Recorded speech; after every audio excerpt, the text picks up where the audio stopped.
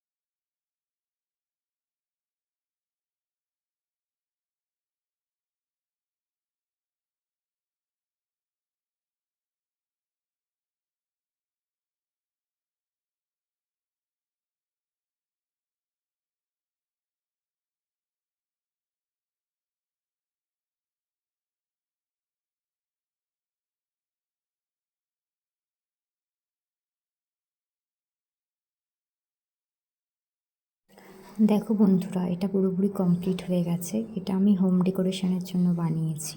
তোমরা একটু দেখো কেমন হয়েছে আর জানিও। Thank you.